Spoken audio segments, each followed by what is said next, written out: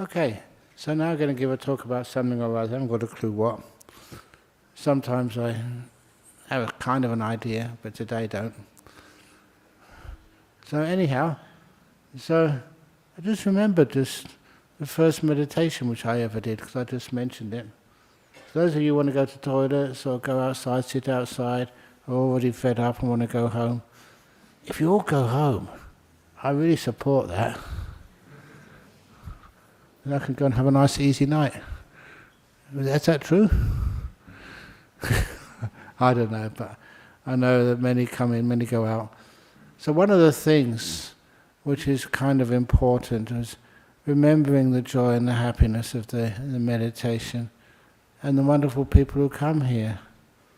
This is where we start to build up a community of people who trust one another, who are kind to one another. Just one of those stories I kind of remember. I had an old school friend who came to see me in Thailand many years ago. And I don't know how to kind of entertain a friend. You know, you can't take him to the pub or see a movie together. These are all things which we don't do as monks. So what I decided to do, I said to make sure, can you please get up early the next morning and come on the alms round with us. And alms round is a 2,500-year-old tradition which we've had as monks. We do it very early in the morning, basically just after dawn, in the northeast of Thailand. And it's a beautiful opportunity. The monks just walking quietly through the village. And the villagers who depend on us, in so many different levels, would offer alms food, little balls of sticky rice. My goodness, that's one of the reasons why a couple of Thai people here, you know how much I love that sticky rice. Mostly just because of the good memories it gives me. But anyway, my friend said, okay, but no way in the world can I get up at, I think 5:30 in the morning. So, to start the alms round, the first light. And I said, don't worry, I will come to your room and I'll just knock gently on the door and wake you up. He was an old friend for years and years and years. And so that's what I did the following morning. We walked on this alms round quietly. Just at the first light you can see the smoke from the fires where they boil the water to cook the rice. In the village, so by members of that village all came into the monastery to ask forgiveness. I couldn't understand it. You had more food today. You didn't have to feed the monks. Why are you asking forgiveness? It's our gift to you. I said, no, you don't understand what alms round is. We were Westerners just learning the ropes of Buddhism.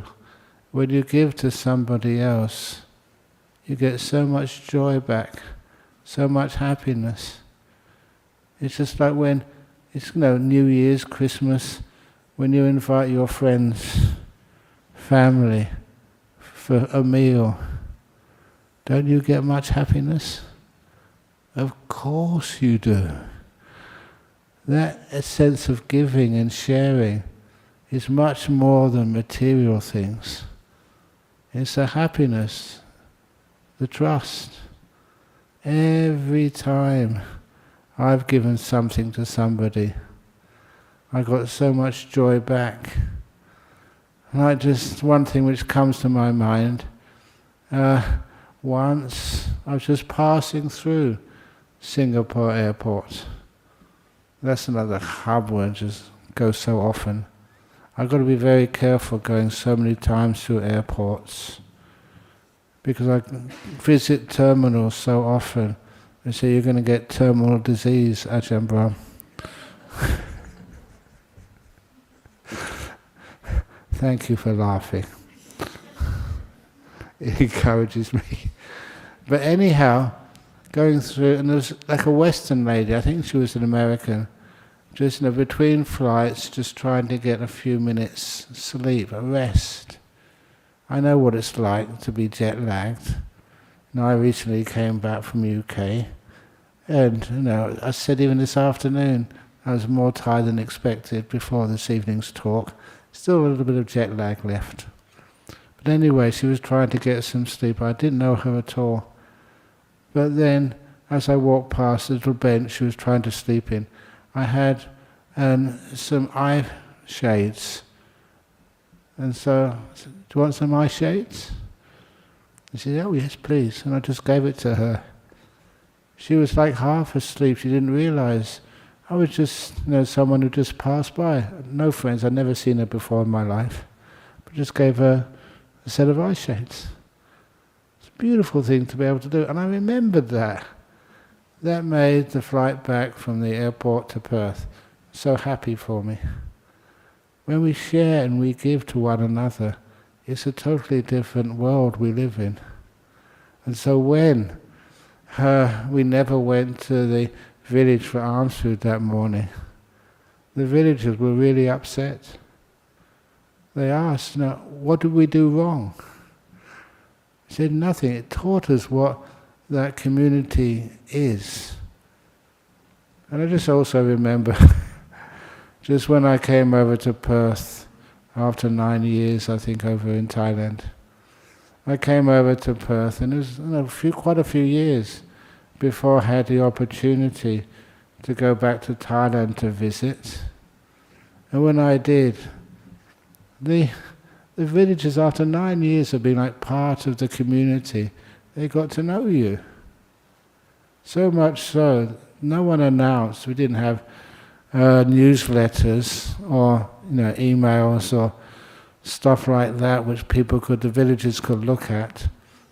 When I went there on alms round the first day, in Thailand you're not supposed to look at the monk you're putting food in the bowl. But they saw there's a new monk at the head of the line. They looked up, and as soon as they noticed me, they started crying. It's like recognition of a person who belonged to that community. And they will never forget it. And these are the sorts of things which you get with communities. If I did go over to England, or if I did stay longer than just 2 weeks, would you miss me? Honestly, yes. And I'd miss you as well. That's why the weird thing, but I never regard any of you, honestly, like students. I regard you as my family. A lot of you, no matter what colour you are, no matter what gender, no matter what you're from or how you talk. Because I see you so often, and that caring becomes really, really strong. And that sense of community is what I was telling my friend in the early morning. But one thing he told me, and I thank him for this, he said it was a strange feeling that night when he went to bed and went to sleep. Because he said, he was living in London, and in London many friends tell him, they'll be there at this particular time. They will wake you up at this particular time. They'll give you a call or an email. A lot of times they don't. But he said that because you were a monk and the lifestyle was so simple, he knew that I would. And of course, I did. That kind of certainty, that trust, was something I took for granted. But for him it was rare. He said he went to sleep not having to set his alarm. He knew that I'd be there on the morning knocking on his door and giving him time to wake up, go to the toilet, get dressed, and get ready for the alms round, which was a beautiful experience. This was sometimes what we know about a community, where we trust one another. We're friends. We'd always be looking out for each other. That's why at things like New Year's or Christmas or whatever, you don't care what sort of holiday it is, I remember just an art teacher, Ajahn Brahm. He never seen a Christian ceremony before. But he said, why are you Westerners getting so into Christmas? What is Christmas, he asked. And we explained it to Ajahn Brahm. It's a season of goodwill and kindness, forgiveness and friendships to all beings. We're just being honest, not historically, but what that actually means. When you go to some of your family for Christmas, when you just send people little greetings or cards throughout the world, those of you born in that Western tradition, what does it mean to you? And once Ajahn Brahm heard what it meant, he said, wonderful. So he would come every year to Wat Barnanacha on Christmas Day, but he would never call it Christmas. He called it, it's one Buddha-Christmas. Buddha-Christmas. Why not celebrate the good things in people's traditions, no matter what those traditions are? Any bad things, of course we don't sort of celebrate. We celebrate without having to, get into, please excuse me, alcohol and things. That's one of the reasons why one of the best events of New Year's or even Christmas or Buddhamas here, which Ajahn Mudito is going to celebrate, after the event is finished, when you go home, please try and find a policeman. And if you get stopped by a policeman, because they do random checks all over the place, and he asks you, please madam, have you been drinking? You said, yes. Can you please test your alcohol level? And you blow into the tube, and it comes with a 0 reading. That's really good fun. You said you've been drinking. Oh yeah, of course. Tea, orange juice, coconut juice. But we have parties where no one gets drunk, and they get even more happy, more joyful, which is kind of a great lesson in spreading that you don't need alcohol to be happy and have fun. Some of that fun is just, the friendship you have with so many different people from so many different lands. And that friendship is gorgeous, because that means you can do what I do. Sometimes if I land in the airport, sometimes you meet people, hey, you're Ajahn Brahm. Yeah. And so you have many places you can stay, much food that you're offered. Actually, that's not a benefit, that's usually a danger. Sometimes they give me so much food. Look what they've done to me over the years. It's not just Thais, Sri Lankans, Malaysians, Singaporeans, Bangladeshis, Australians as well. They always love to feed you. Do people like feeding you as well? Are you going to go to a friend's house for dinner or for lunch or something? If ever you do, please tell them how wonderful their food was. I always notice that that's something which I have learnt in a community, to praise people. To say, wonderful, what you're doing is, if they do something for you, they just, even they carry my bag, or they go and get me something which I was needing. I always say thank you, and I make sure they hear it. Because praise does actually make a lot of difference in your life. How many times do people put you down and tell you off? And how many times do they praise you? Even a relationship you have, maybe with your partner in life. Even not just your partner, your boss. Sometimes people give me that nickname these days, Ajahn Brahm, Ajahn Big Boss.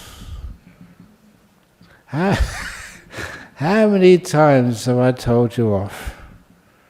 How many times have I praised you?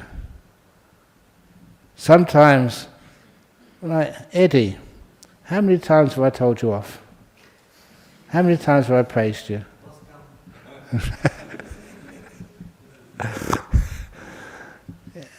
This is something which I found. I don't know when the last time I told this story, but it's worth listening to. Many years ago, because I was working in cancer research, basically, I met a lot of people from different faiths and religions working there as well.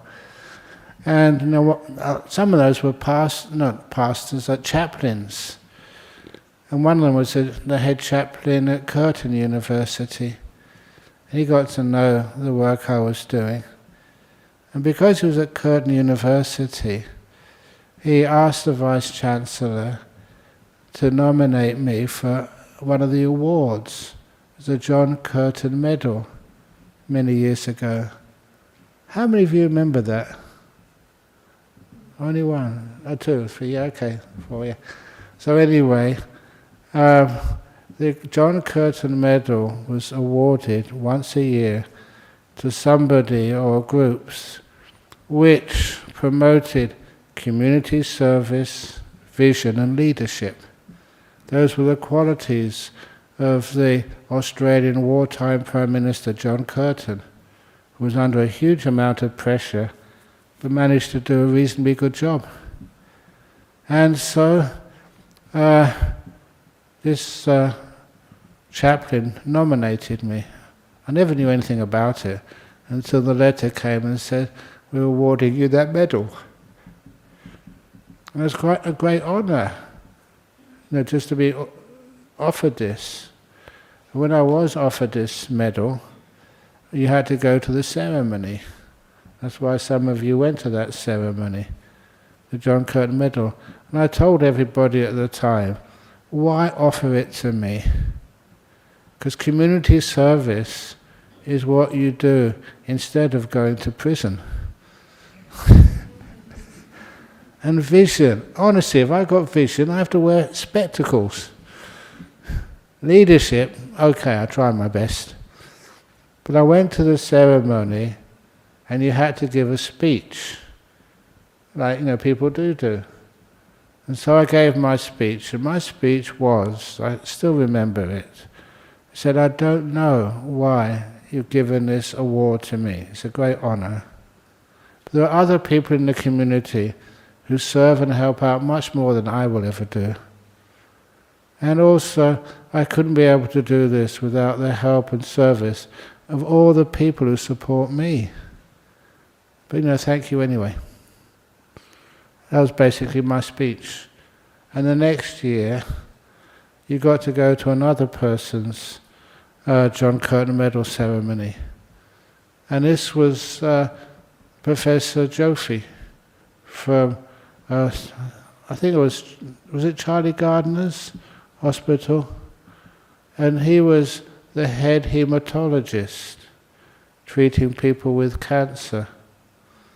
But what he did, I was listening to his story, why they chose him to receive this medal. It was because, as well as being a hematologist, he noticed that there were some people who weren't being cared for. They'd go to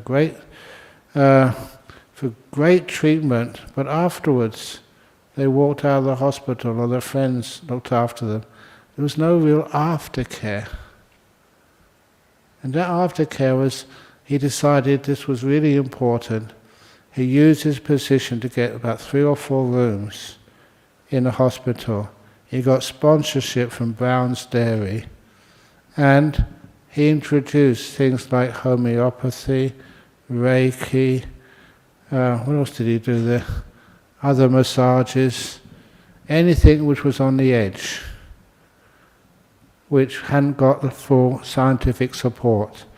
Many of his colleagues thought he was going a bit balmy. Where's the evidence for this?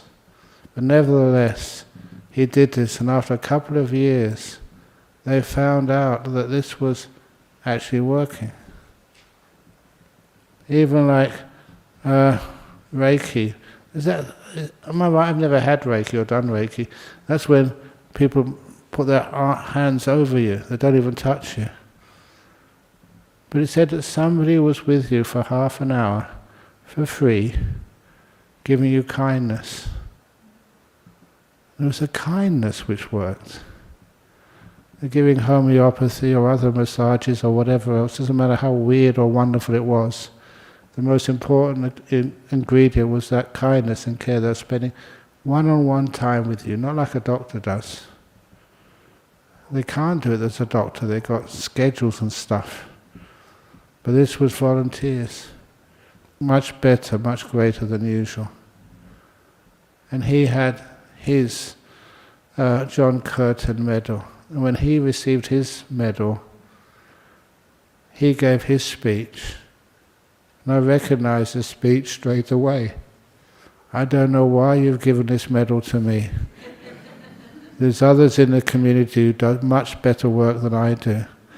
And I couldn't have done this anyway without the assistance and help of all those other doctors and nurses and supporters who helped me out. It was my speech. Nearly everyone's speech, whoever someone says thank you to. And when I heard that and understood its meaning, I realized if ever anyone praises me, I will never, never refuse that praise. I will accept it. And so if you say, Ajahn Brahm, thank you for what you've done, and I will say, yes, I deserve it. Why are we laughing when I said that? Because it doesn't give you a big head. That's what I was taught when I was young. Oh, you don't receive praise. Criticism, yes. You made a mistake, you've done it wrong.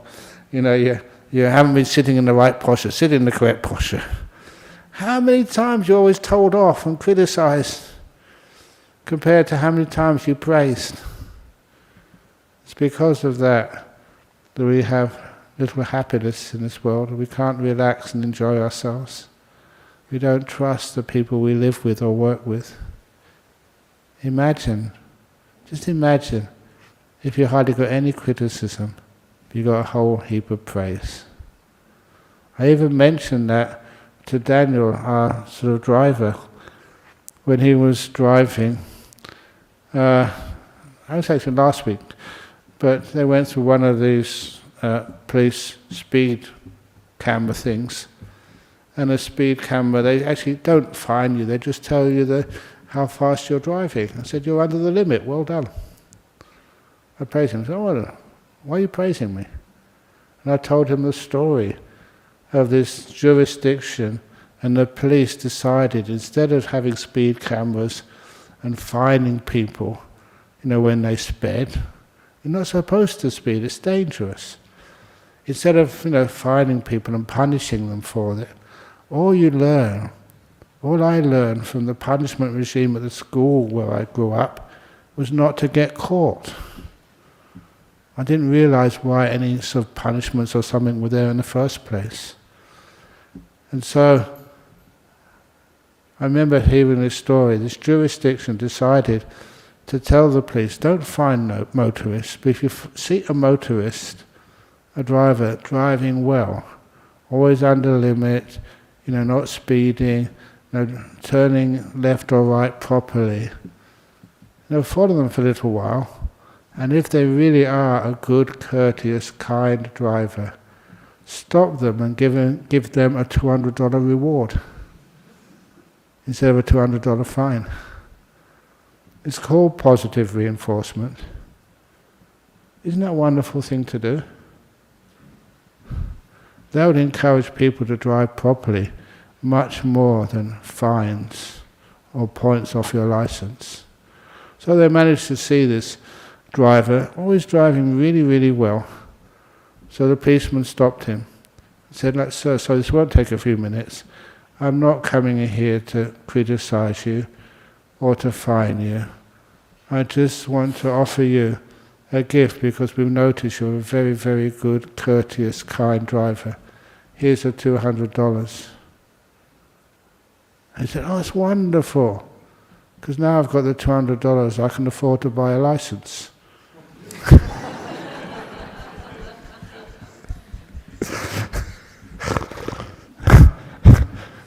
Sorry, but I have to tell a joke during a talk. But the praise, when you praise people, that actually does make them, again, a bigger heart rather than a bigger head. You feel much better about yourself.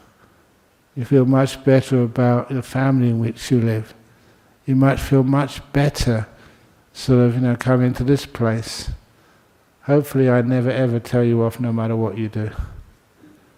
But I'll praise you. How many of you have been coming every week? You give your donations. Please don't make good works anonymous. They inspire people. They inspire me. They give you a much bigger heart. Whenever I've done that and praised someone, especially the monks or the nuns, they work harder to get more praise next time. It increases their good behavior. Same with the kids. What's it like being a kid? There's a couple here are still listening.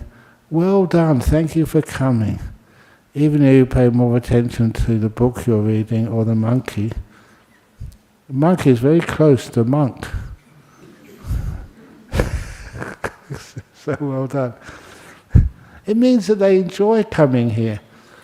Often when people bring their kids over to Bodhinyana, sometimes you tell your kids, please behave, don't do this, don't do that.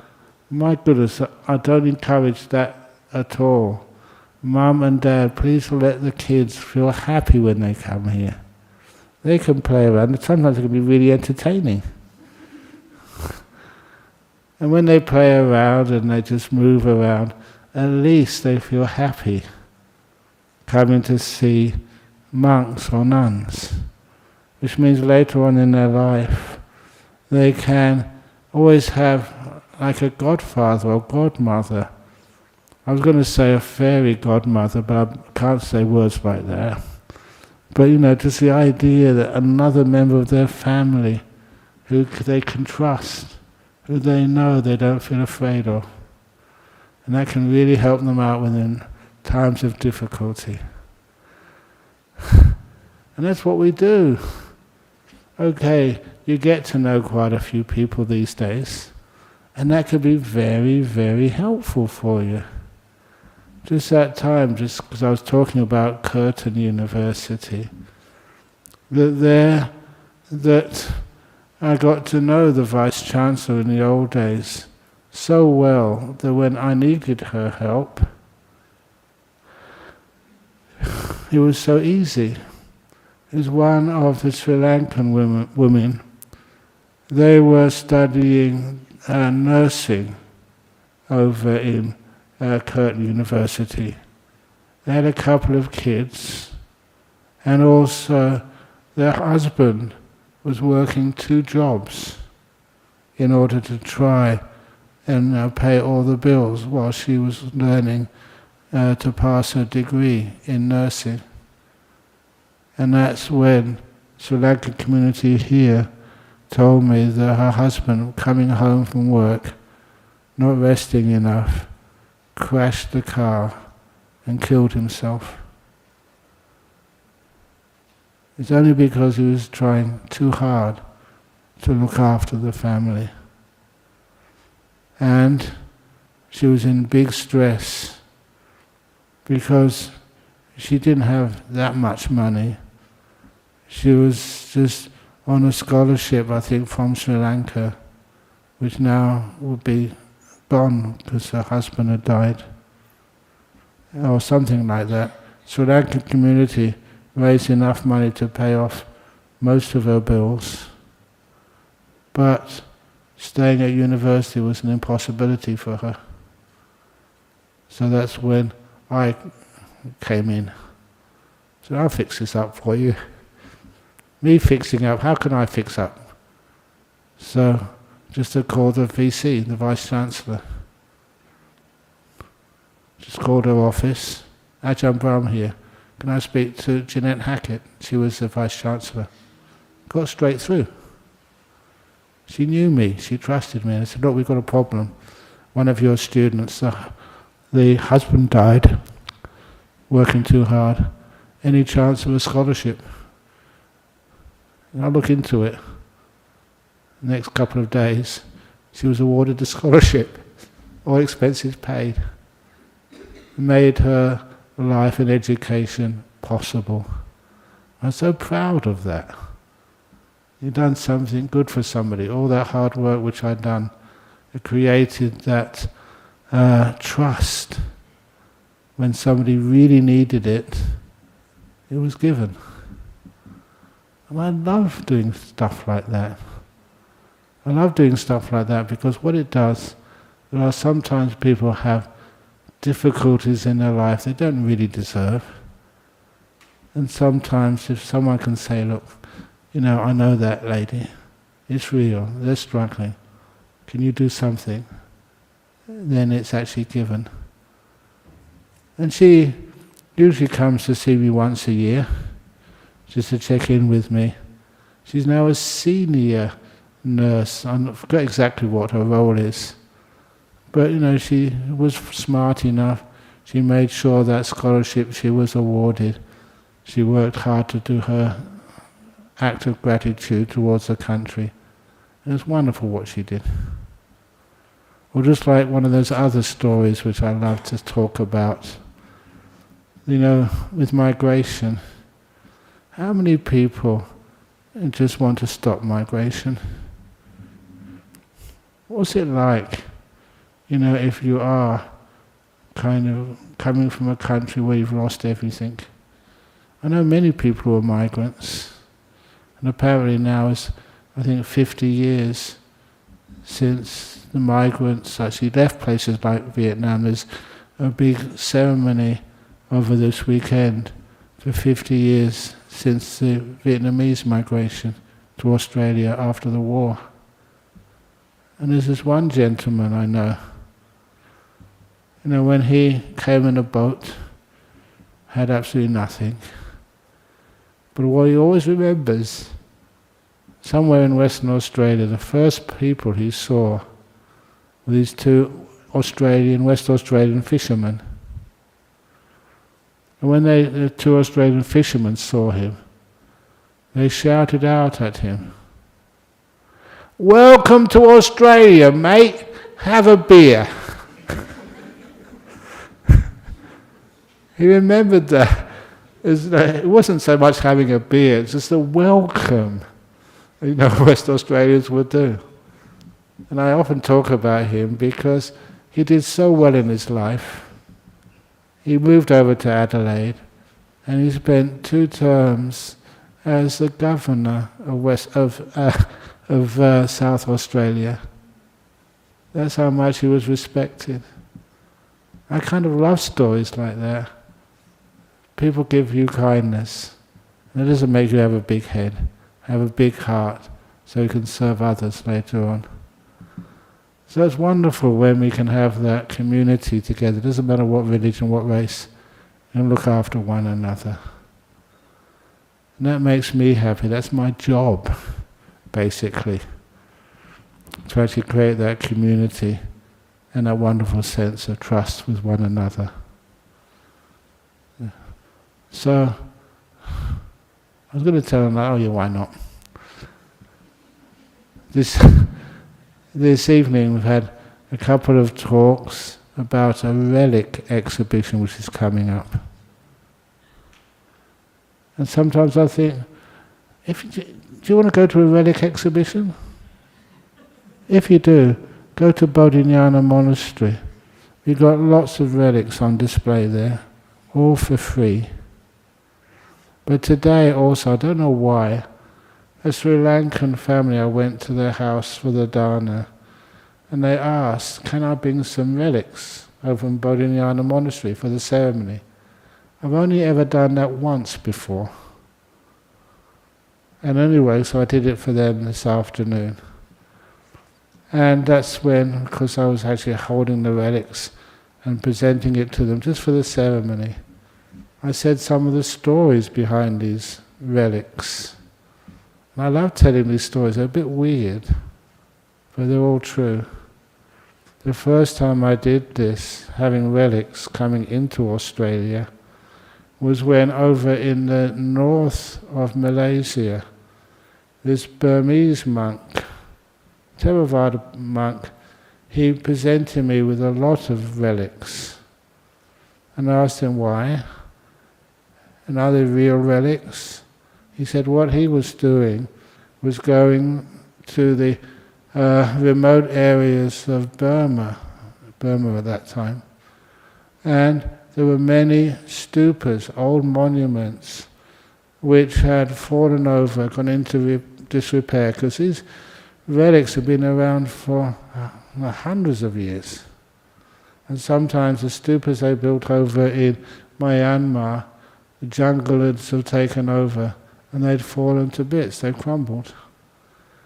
And also for earthquakes as well. So he was going to remote areas and searching for any old ruins so he could collect any relics which were in there. And he said one place he went to, he found out the location because one of the villagers has suddenly become quite rich. And he asked the villager, how come you suddenly got some money? And because it was a monk, he said, no, I'm not a police, I'm not investigating anything. It's just, if there are any relics, I want them so I can worship them. And so, he said, yes, he did find some old ruins.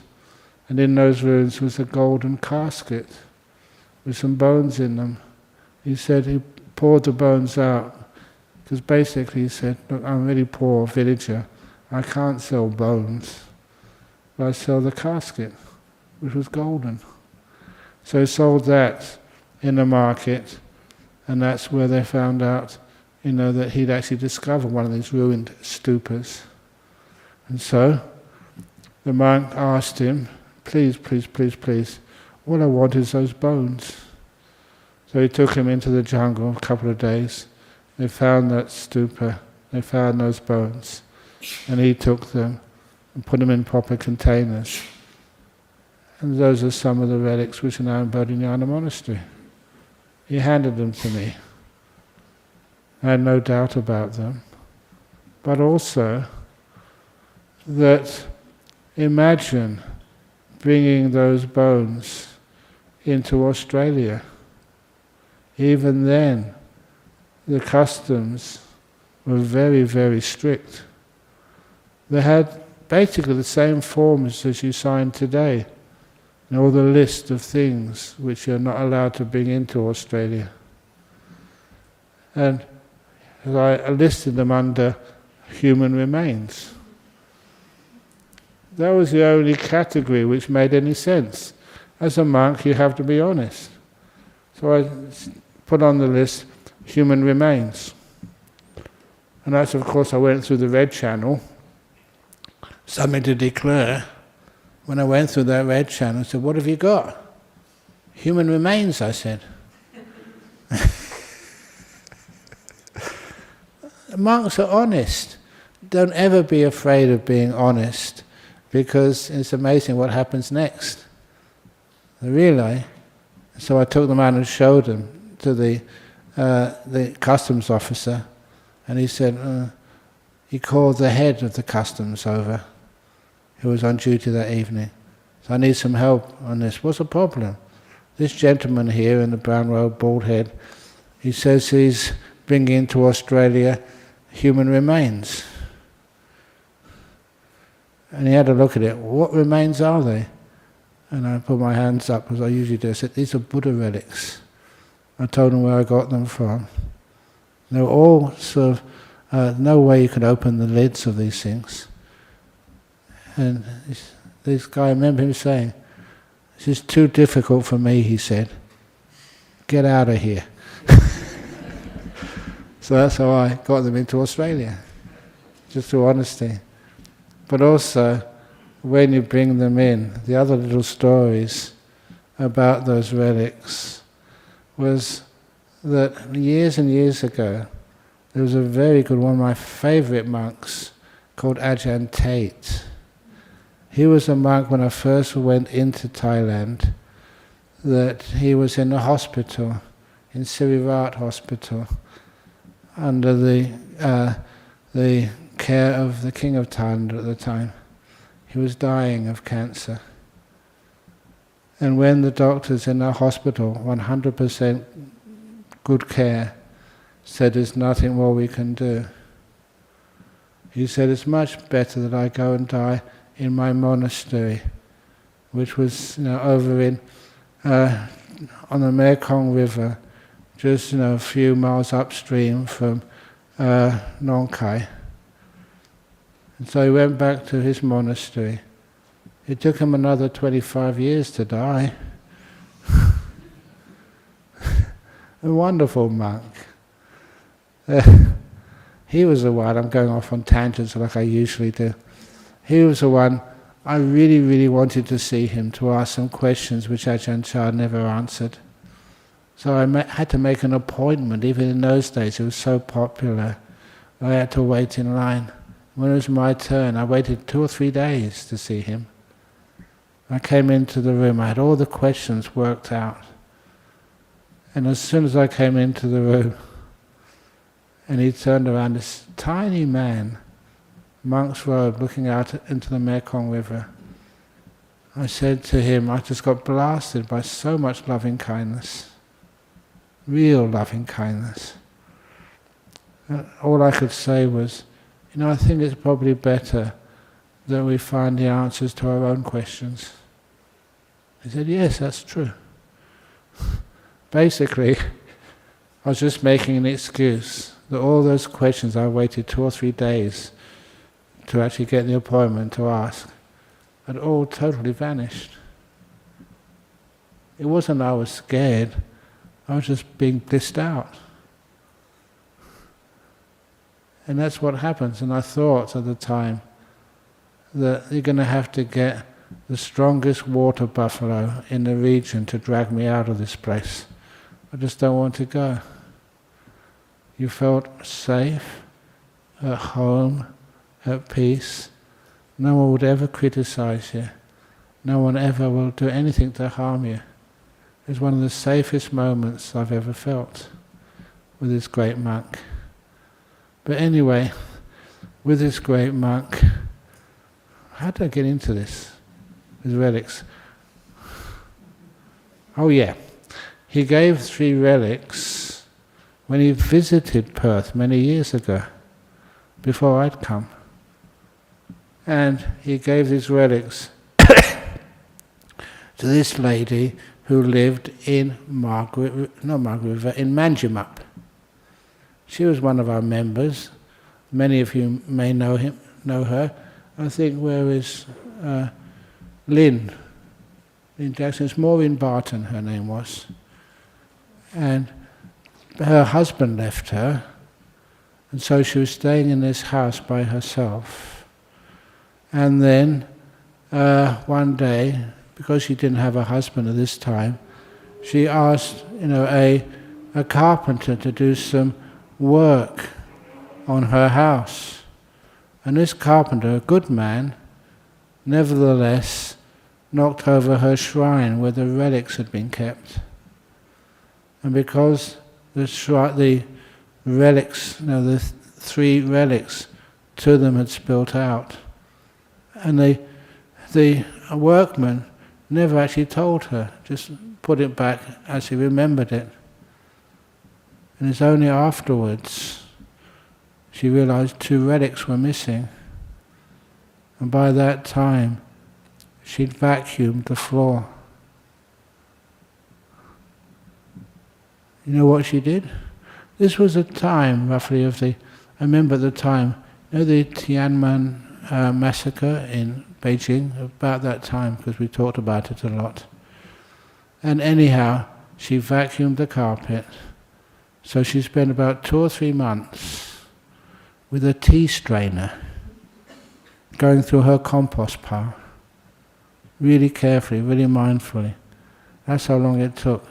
And she managed to find one of those relics, but only one. She'd missed another one. This was again a long time ago. Ajahn Jacquara went to visit her.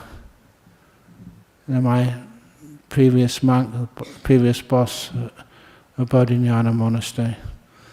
And she said that she'd found one again by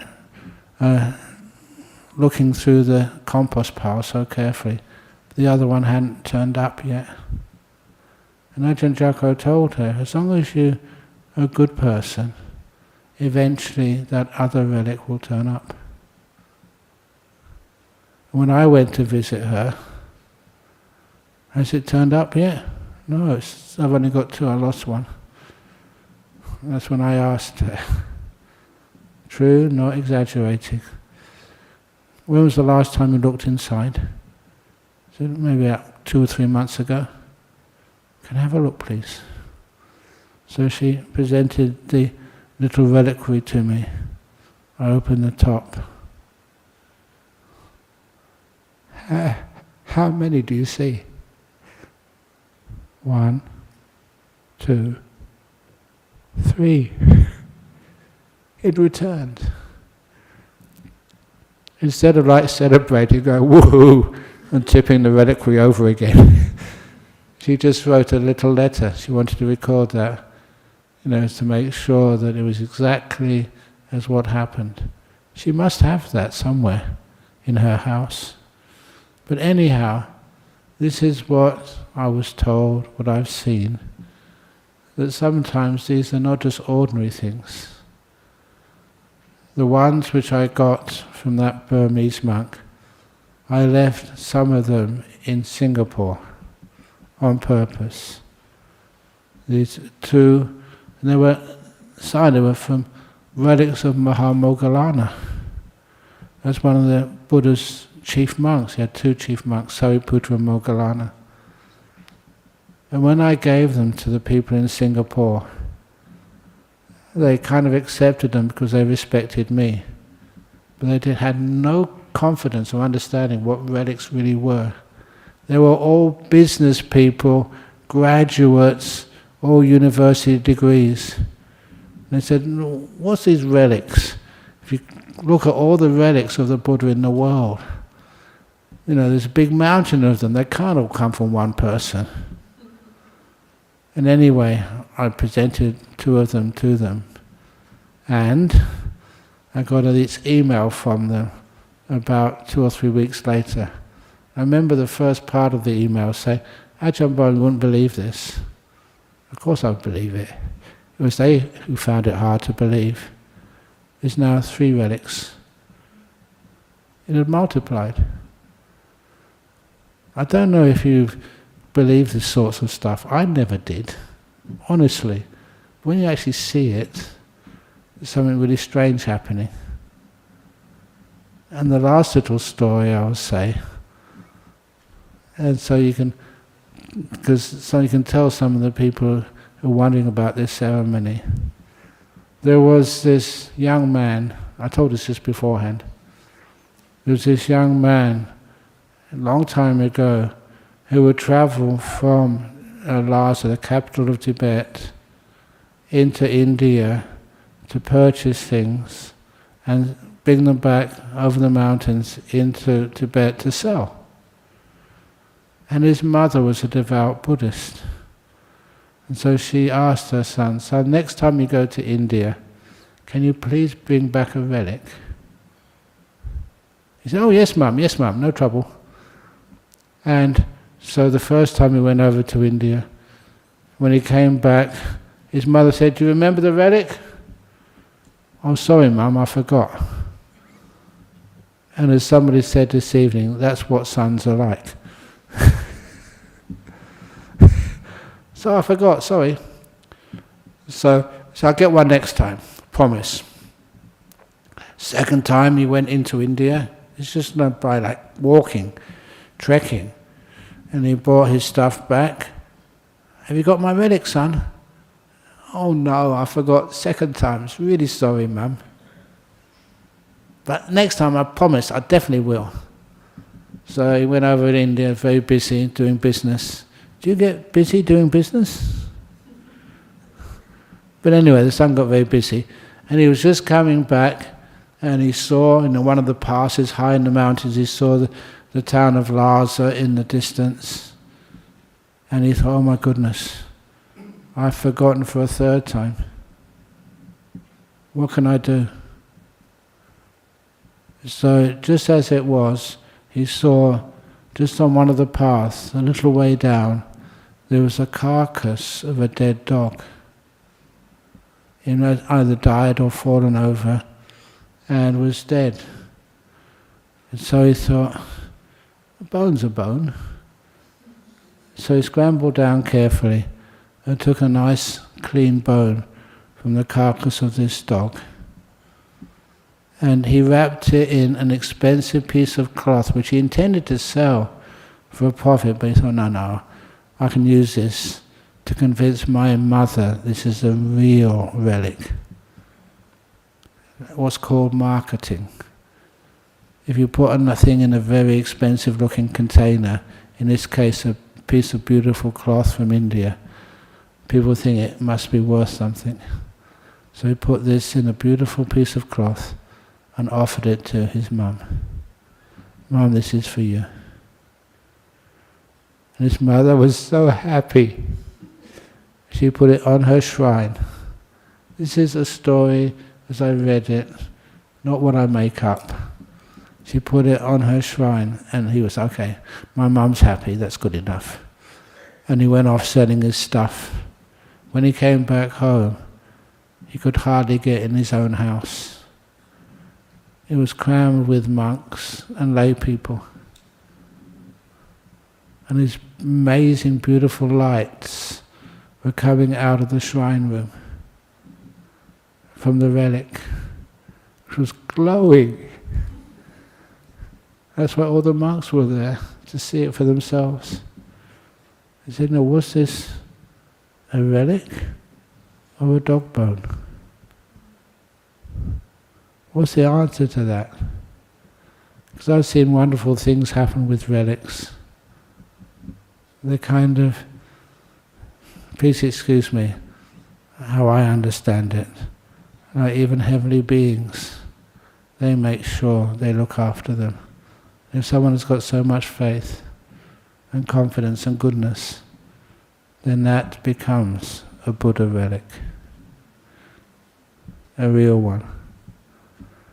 If they don't, please excuse me, but the president of the Buddhist Society of Victoria told me this. He said he was given a Buddha relic. He also, like the Singaporeans at the time, didn't believe in Buddha relics, but he's a president, he'll take it to the temple one day when it's convenient for him. Instead he just put it in his cupboard at home and forgot about it. And 1 year later he remembered, I better take that relic over to the Buddhist temple. That's the one which I keep going to. And when he looked inside the cupboard, he had the little reliquary, the little casket, but nothing was inside of it. That's what happens if you don't look after them, you don't deserve them, they disappear. And I'm saying that as a theoretical physicist trained at Cambridge. These are not simple things. But when you see it for yourself, you can't understand why. What you see, the evidence, is more important than any theory. Thank you for listening. Sadhu, sadhu, sadhu, sadhu. I don't know if that helped you or not, but that's the story of my life. Seeing things which shouldn't happen but have. So any comment? Seeing people who should be dead, they're still alive. I often say I chant too much for them. Go, of course you can, Eddie. Here we go. Actually, I got two questions, but I'll ask. One is on relics, the other one is on Reiki. Which one should I do? Or both? Yeah, relics first. Relics, yeah. You know, Ajahn Brahm, it is said, that high monks, high priests, when they die, they get cremated, this thing, they're the people, they look for pearls, Yes. Because they're so high, it's from the brain. After Have you Ajahn heard? Chah died, I had a few people at night looked inside his septic tank, looking for relics. It was going too far. You got it? No. No, the septic tank. They only found his poo. Oh. That's where, you sit on the toilet, that's where the poo goes. But nevertheless, they opened up the lid and searched for relics. No, that is after the cremation. Oh yeah, but before, while he was still alive. No, the relics is after when they cremated. Sometimes even then before. They find, they say that that's a well-known Buddhist. Oh yeah. They find the like pearls, because they are so high up, the mind is so clear that they are pearls, Is it the monk who's high up, or is it the faith of the lay people? No, cremation, you I've seen that many times. The bones, or the ashes. Among the ashes, you find. Yeah, I've seen that many times. Yeah, the pearls. They say pearls, Yeah, sometimes they look special, not real bone. But anyway, that there's many types of relics. Okay. But anyway, what's the other one? Reiki. The other one is the Reiki, When you mention about Reiki, there's all these healing things, okay? I was also thinking of remedial massage, massage to heal the thing, okay? Don't you think this thing, compared to our Buddhist, the Reiki and the remedial massage, they are just superficial things, okay? And they cost money too, Whereas on the Buddhist one, okay, we have the meditation, and the Buddha gave us a lot of tools too, it to calm us down. Like mind is a forerunner of all states, everything is mind-made, So the Buddhist one give us a lot of more tools to deal with our problem, especially when we have stress, anxiety, all these things, depression, So we can use this more. But this is also one of those Buddhist tools. This offering, which was given at Charles Gardner Hospital, it was all done for free. It's sponsored by Brown's Dairy. And it didn't matter how it worked, whether it worked. Imagine that somebody's with you, out of kindness, they're doing this for free, and they're giving you some Reiki or foot massage or any type of massage or any type of therapy. If they do it with lots and lots of kindness, I know that works so amazingly well. Have you ever been to a hospital and you just go in and you get treated?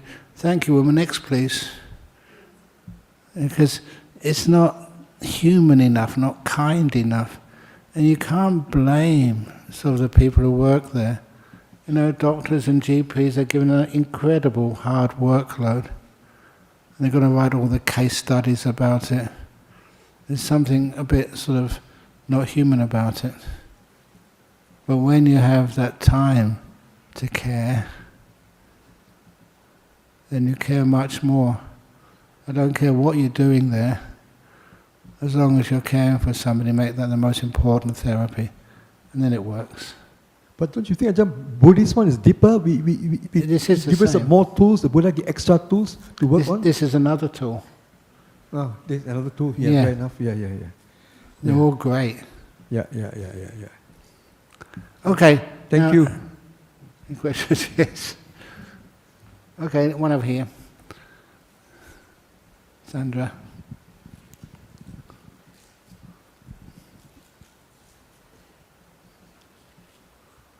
So Ajahn, I guess the thing I find difficult in this scenario, so you come across someone, they absolutely believe in this thing. Maybe I absolutely believe in the mala around my wrist. I feel, I bought it from a special place. it was blessed, it has a lot of energy for me. But then, if I come across this person who just really is quite attached, quite believing in this particular relic, amulet, whatever it is. Yes. And I'm not feeling it. Yeah. How do you question that without, because the reverb's pretty intense. Yeah. There's sometimes it's wonderful to question.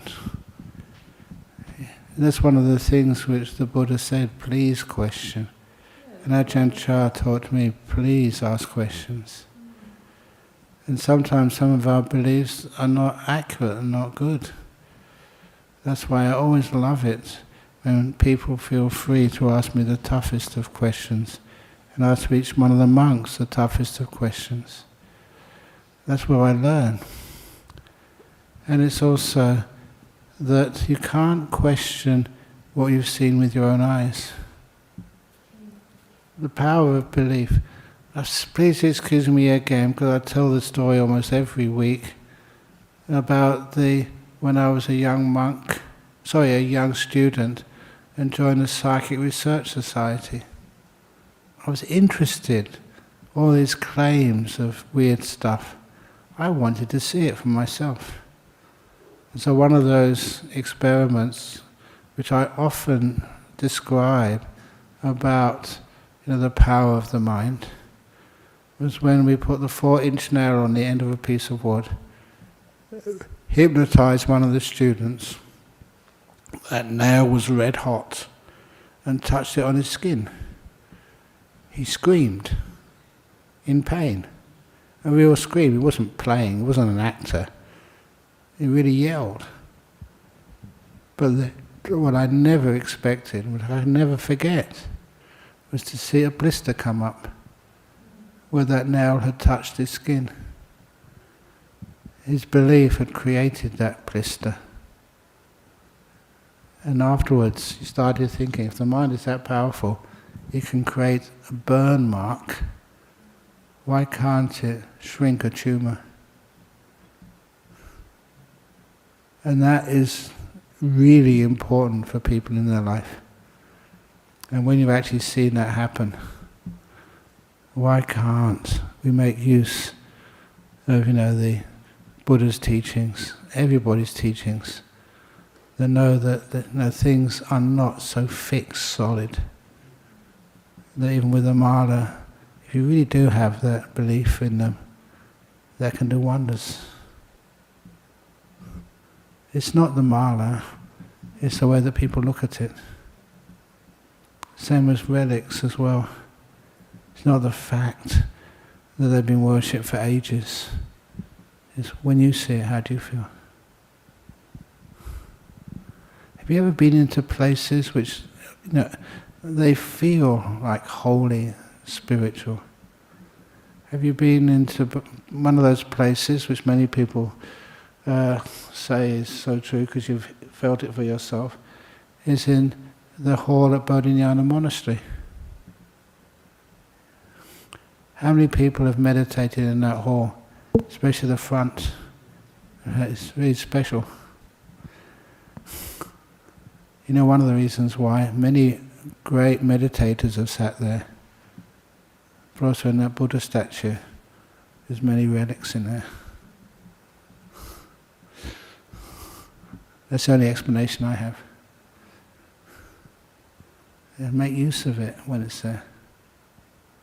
We even had, without telling me, one of the supporters invited a Reiki master, apparently one of the top ones, into that hall. And even he noticed that. He said the front of that hall is incredibly powerful, not Reiki, sorry, Feng Shui, but incredibly strong Feng Shui. The back not so much, but the front, whoa, some of the strongest he's experienced. He didn't know anything about it. And many of you, if ever you are a meditator, you know the basics, and you're going through, say, Bodhinyana Monastery, and you go into the hall and go sit in the front when there's nothing, no ceremonies on or anything. Go and try it. It's incredibly powerful in there. You get the best meditations of your life. Do you agree with me there? How many agree with me because I've done that? Yeah. Why? Yeah, but that one is more energy. Okay, let's answer some questions online. Thank you. William Goby, question from Germany. Dear Ajahn Brahm, how do I develop patience when I need it most? How can I best develop patience and exercise it? Thank you kindly. How you best develop patience is learn the power of the present moment, of just being now. Sometimes it's a joy when you don't even think of the future. When you realize your future, as I often say, is being made right now. And patience is natural. You get free of time. That's why, and I just said, actually I said that somewhere else, said the story of when, just after a talk by Ajahn Chah over in Thailand, I just went to the back of the hall and sat still for 2 hours. Just on the concrete.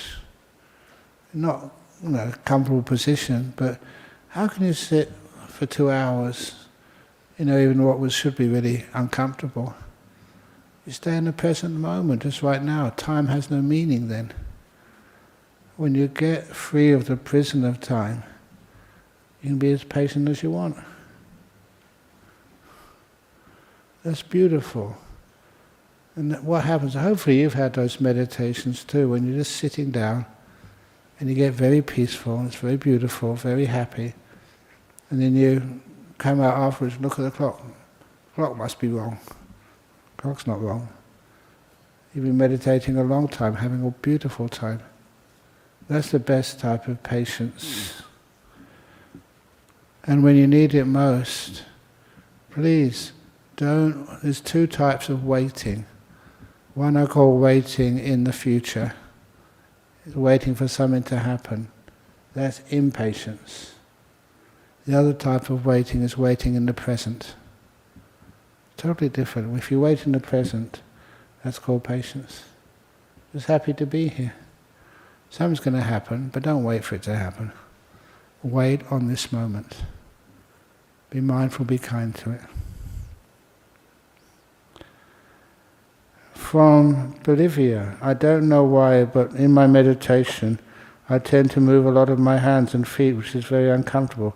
How to still my body, and could that be kamachanda, or what hindrance? First of all, try to get the body as comfortable as possible in the beginning. And then if it does move, sometimes it moves without you telling it to move. It moves naturally. I've seen this happen, especially with people's hands. Often that's a case of just some repressed energy, often negative energy in the body, just needs to be released. Don't try to keep it still. Just let it happen.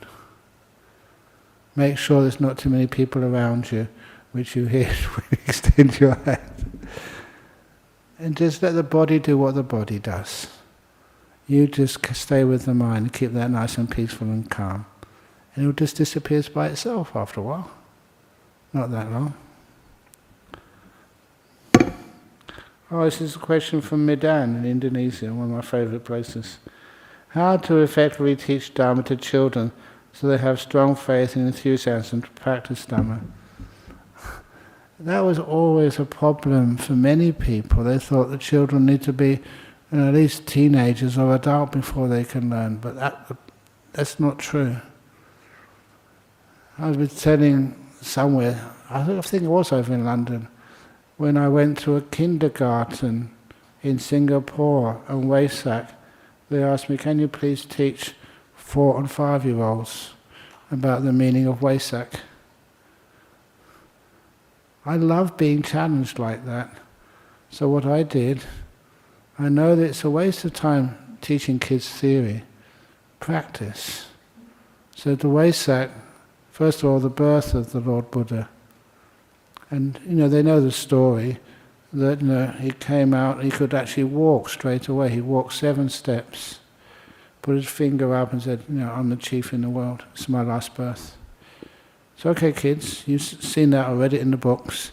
Now, stand in the line here, 7 steps, and put this finger up. Not the other finger, no, this finger. I'm the chief in the world. They did that perfectly. And the reason why I did this, I remembered when I was a kid, one of the teachings in primary school, which I always remembered, when the teacher said, imagine you're a tree in the forest and you're blowing around in the wind. It was so meaningful for me, even in the first year at school, I remembered it. It was a beautiful, lovely thing to do. And so now you see the big Buddha statue behind me. Now sit like that. Just, sit cross-legged. Your kids, put your right palm over your left palm, thumbs touching back straight, chin down, close your eyes. And just imagine that you've just become a Buddha. You've just been enlightened. Imagine what that feels like, each one of you. You have nothing more to worry about. Jobs, children, interviews, all of that you don't need to, but you're a Buddha. Totally safe, secure for the rest of your life. Nothing to worry you at all. Health problems, no problem. Imagine you're now fully enlightened. After all these years you've done it. How does that feel? So peaceful. Nothing to do. You don't have to try and watch your breath or silly things like that. You just are there, right in this moment. No need to plan anything, got nothing to be afraid of. Your past is free of that now. You don't have to worry about anything. And I was saying this for about 5 minutes, and all the kids were motionless, using imagination to bring up the feeling, what we call the taste of enlightenment, for each one of you. And I was so successful that all the adults and the teachers complained. Why have you never taught that to us? So that evening I had to do the kids' Waisak meditation, the Buddhanusati. It really worked. So that's how you teach it to kids. You teach it through using the power of imagination. Last question. Dear Ajahn, thank you for your gifts of Dhamma. Thank you, I deserve that. And you deserved it for staying so long and listening to me. And being such a wonderful example of samana in this contemporary world, and all your service to the Sangha, being a real true bhikkhu. You see, it's praise. Does that make me big-headed? Big-hearted. When you say things like that, I want to actually teach more. But not this evening, on another day. Thank you all for listening. Sadhu, sadhu, sadhu, sadhu. Next Friday, I'm sorry, but I won't be here. I'm sharing my teachings next time. Where do you think? Penang. I'm not going on a holiday. I'm not going anywhere near any beach. But what I do is just to teach retreats, which is a wonderful way of giving. That's why I enjoy myself so much.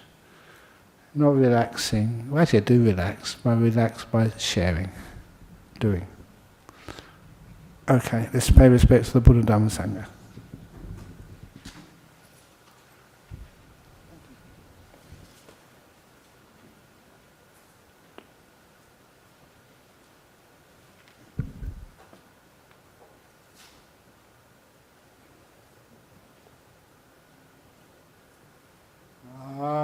Arahang Samma Sambuddho Bhagava Buddhaṃ Bhagavantaṃ Abhivade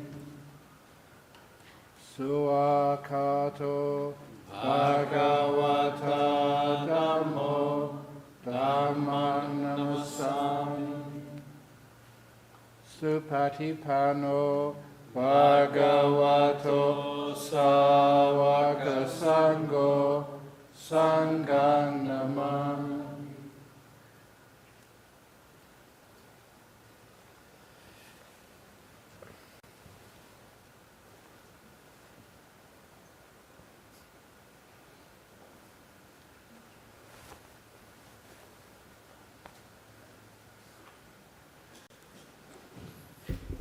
Excellent.